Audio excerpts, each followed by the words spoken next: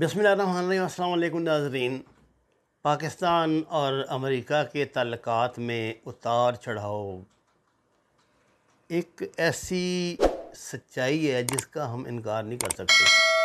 اگر آپ جنرل ایوب کی لکھی کتاب جو ہے فرینڈز آر ناٹ ماسٹرز اس کا مطالعہ کریں تو آپ کو کئی سوالات کا جواب مل جائے گا۔ حالانکہ یہ 50-60 یعنی قیام پاکستان کے 10-12 سال بعد کی کہانی ہے، لیکن اس میں وہ بنیاد رکھ دی گئی تھی جو ہماری اور امریکہ کی دوستی کی تھی۔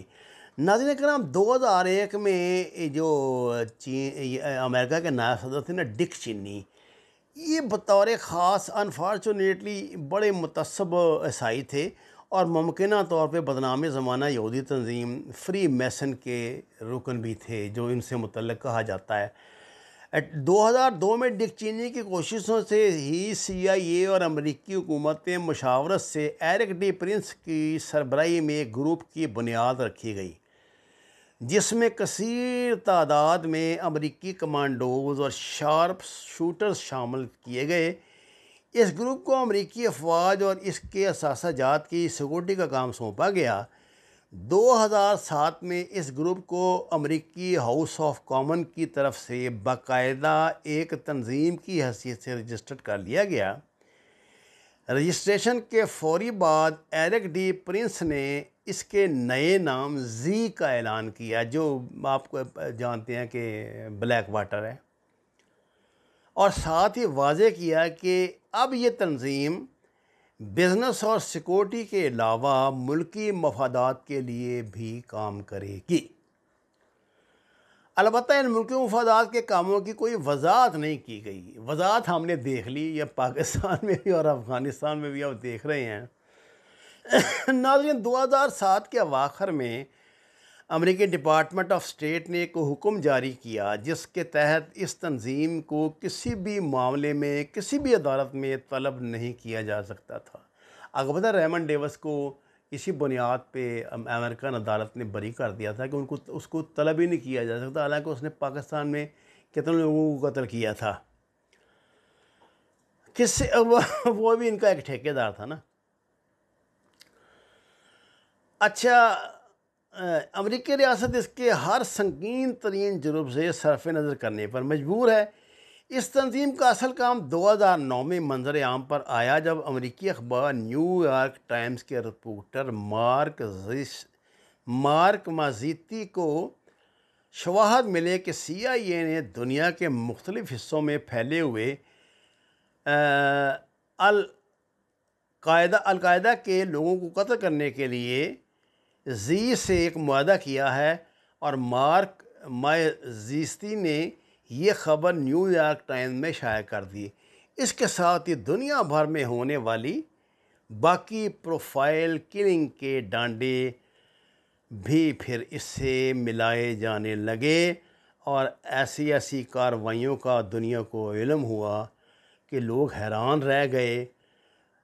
ان میں یہ بتایا گیا تھا کہ دنیا کے مختلف حصوں میں پھیلے ہوئے لوگوں کو القاعدہ کو نہ صرف قتل کرتے ہیں، بلکہ نیو یارک ٹائمز نے تو یہ بھی لکھا کہ دنیا بھر میں ہونے والی ہائی پروفائل کلنگ کے میں بھی یہی لوگ شامل ہیں۔ تحقیقات سے سامنے آیا کہ عراق جنگ کے دوران بغداد، فلوجہ اور نجف میں زی نے یعنی بلیک واٹر نے انتہائی بے دردی اور صفاقی کے ساتھ سینکڑوں مسلمانوں کا قتل کیا، جس پر امریکہ میں کافی شور برپا ہوا، مگر امریکی ڈپارٹمنٹ آف اسٹیٹ کا قانون اس کی زی کی ڈھال بن گیا۔ ناظرین کرام، اب صورتحال یہ ہے کہ CIA اور امریکی حکومت اپنے دشمنوں کو اپنے ہاتھ صاف رکھتے ہوئے زی کے ذریعے راستے سے ہٹاتی ہے۔ یہ اقدام کیوبا کے فیڈرل کاسترو پر ہونے والی متعدد قاتلانہ حملوں، وینزویلا کے صدر ہیوگو شاویز پر حملوں اور بولیویا کے صدر ایوو مورالز پر حملوں کے بعد، ان حملوں میں امریکی انتظامیہ اور CIA کا نام سامنے آنے کے بعد اٹھایا گیا۔ طریقہ کار یہ ہے کہ امریکی انتظامیہ خود ساختہ الزامات کے تحت مشتبہ غیر ملکیوں کی سر کی قیمت مقرر کرتی ہے، اور زی کے ایجنٹ تمام دنیا میں شکاری کتوں کی طرح ان کی بو سونگھتے پھرتے ہیں اور مقامی حکام اور جرائم پیشہ عناصر کو گرانے کے لیے قانون کے تحت استعمال کرتے ہوئے ان لوگوں کو قتل کر دیتے ہیں۔ اس حوالے سے امریکی صحافی باب ووڈورڈ کی کتاب اوباما کی جنگوں کا حوالہ دینا ضروری ہے، جس میں اس نے انکشاف کیا تھا کہ پاکستان امریکی ایجنسیوں کی افراد کی کارروائیوں کا سب سے بڑا مرکز ہے۔ اس سلسلے میں انہیں ایک سابق پاکستانی صدر کی مکمل آشیرواد حاصل تھی۔ اس پاکستانی صدر کی بیوی اور صف اول کی پاکستانی سیاسی لیڈر بھی زی کی کارروائی میں ہی قتل ہوئی، مگر باب ووڈورڈ کی کتاب کو پروپیگنڈا قرار دے کر مسترد کر دیا گیا، جبکہ اس کتاب میں پیش کیے گئے حقائق سے انکار ممکن نہیں تھا۔ دوسری طرف پاکستانی خفیہ ایجنسی کا ان امریکی ایجنٹوں کے خلاف مؤثر کردار ہمیشہ پاکستان کو کسی بڑے نقصان سے بچاتا رہا ہے، ورنہ ان سپاہ سے جمہوریتوں کو ورنہ ان جو پیشہ ور قاتل ہیں ان سے آپ کو کچھ بعید نہیں ہے۔ یہ کھلی حقیقت ہے کہ پاکستان میں مختلف ممالک کے علماء کرام کے قتل، عوامی مفادات پر ہونے والی دہشت گرد حملوں، مزارات پر بم دھماکوں اور سیکورٹی فورسز پر حملوں سے فرنٹ فیکٹر کے طور پر بے شک ٹی ٹی پی اور بھارت کے لوگ ملوث ہوتے ہیں، مگر ان کے پیچھے سی آئی اے اور زی کی فنڈنگ اور منصوبہ بندی بھی ہوتی ہے۔ ایسے کئی ثبوت ہمیں مل چکے ہیں۔ میں نے اس کا ذکر آج کیوں کیا آپ کے سامنے؟ ناظرین کرام، گزارش یہ ہے کہ یہ لوگ جو سوسائٹی میں پینیٹریشن کرتے ہیں اس کا ذریعہ اسی سوسائٹی کے لوگ ہی ہوتے ہیں۔ اب یہ سننے میں آ رہا ہے کہ جو ہمارے ملک میں غیر ملکی این جی اوز کی پروردہ Pakistani so called N G Os ہیں، جن میں یہ آپ جانتے ہی ہیں، یہ جو میرا جسم میری مرضی اور وہ یہ صرف اب مظاہروں تک کی بات نہیں رہی، ان میں پینیٹریشن ہو چکی ہے ان کی زی کی یعنی بلیک واٹر کی۔ 23,000 ان کے ٹھیکیدار جو ہیں وہ یہاں پر 22,000 ٹھیکیدار ان کے جو ہیں وہ افغانستان میں موجود تھے، وہ افغانستان سے نہیں گئے، ظاہر ہے وہ اپنے کام میں مصروف ہیں، اور ان کا جو کام ہے وہ میں نے آپ کو بتا دیا ہے۔ یہ پاکستان کی جو این جی اوز ہیں ان میں ان کی کیا پینیٹریشن ہے؟ اصل میں اس کو انٹیلیجنس کی زبان میں کہتے ہیں کیموفلاج یا سیف ہاؤس۔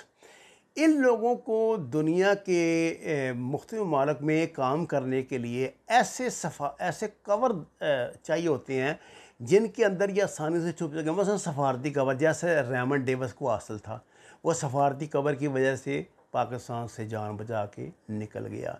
اسی طرح وی وی آئی پی سوسائٹی میں یہ موو کرتے ہیں اور بڑے بڑے لوگوں سے تعلقات بناتے ہیں، کرتے ہیں، ان کو فنڈنگ دیتے ہیں۔ اب یہ جتنی پاکستان میں این جی اوز ہیں ان کو پیسے جو آتے ہیں یورپ سے یا امریکہ سے یا دوسرے ممالک سے، یا امریکن ایڈ کے پیسے جو ہوتے ہیں یا دوسرے ہوتے ہیں، کچھ ان میں سے ان کو حصہ ملتا ہے، تو یہ ان کو رشتہ دار تو نہیں ہے نا۔ ظاہر ہے ہمیں اگر میرے علاقے کی سڑک ٹوٹی ہوئی ہے یا بچوں کا سکول نہیں، تو امریکہ کا اس سے کیا لینا دینا؟ بھئی وہ ہمارے مامے تو نہیں لگتے یا ہم ان کے رشتہ دار تو نہیں ہیں۔ تو یہ لوگ جو نیکی بھی کرتے ہیں نا، اس کے پیچھے بھی ظاہر ہے ان کے کچھ مفادات ہوتے ہیں۔ پاکستان کے میں بہت تکلیف سے یہ بات کہہ رہا ہوں، بڑے بڑے دگج علماء کرام،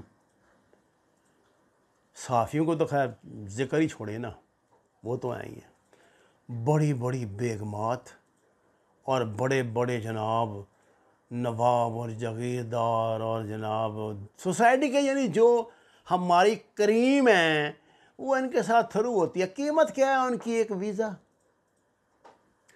اس وقت ہم اپنے اس صدی کا جو سب سے مشکل ترین اور نازک ترین مرحلہ ہے نا، اس سے گزر رہے ہیں، یہ افغانستان کی جنگ کی وجہ سے، اور یہاں بہت بڑی تعداد میں یہ بلیک واٹرز جو ہیں موجود ہیں۔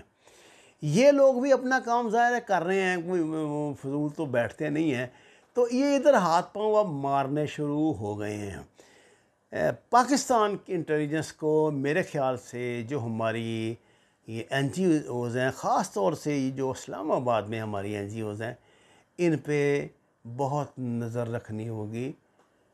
ویسے تو ہماری کاؤنٹر انٹیلیجنس بہت سمارٹ ہے، میں جانتا ہوں اس بات کو، لیکن کندے مقرر کے طور پہ کہہ رہا ہوں کہ اور ذرا نظر رکھیں ان پہ۔ وَمَا عَلَيْنَا إِلَّا الْبَلَاغُ الْمُبِينُ۔ ناظرین کرام، قرآن اور نماز سے ہدایت حاصل کریں، ہمارے چینل کو سبسکرائب کریں، لائکس دیں۔ آپ کا شکریہ۔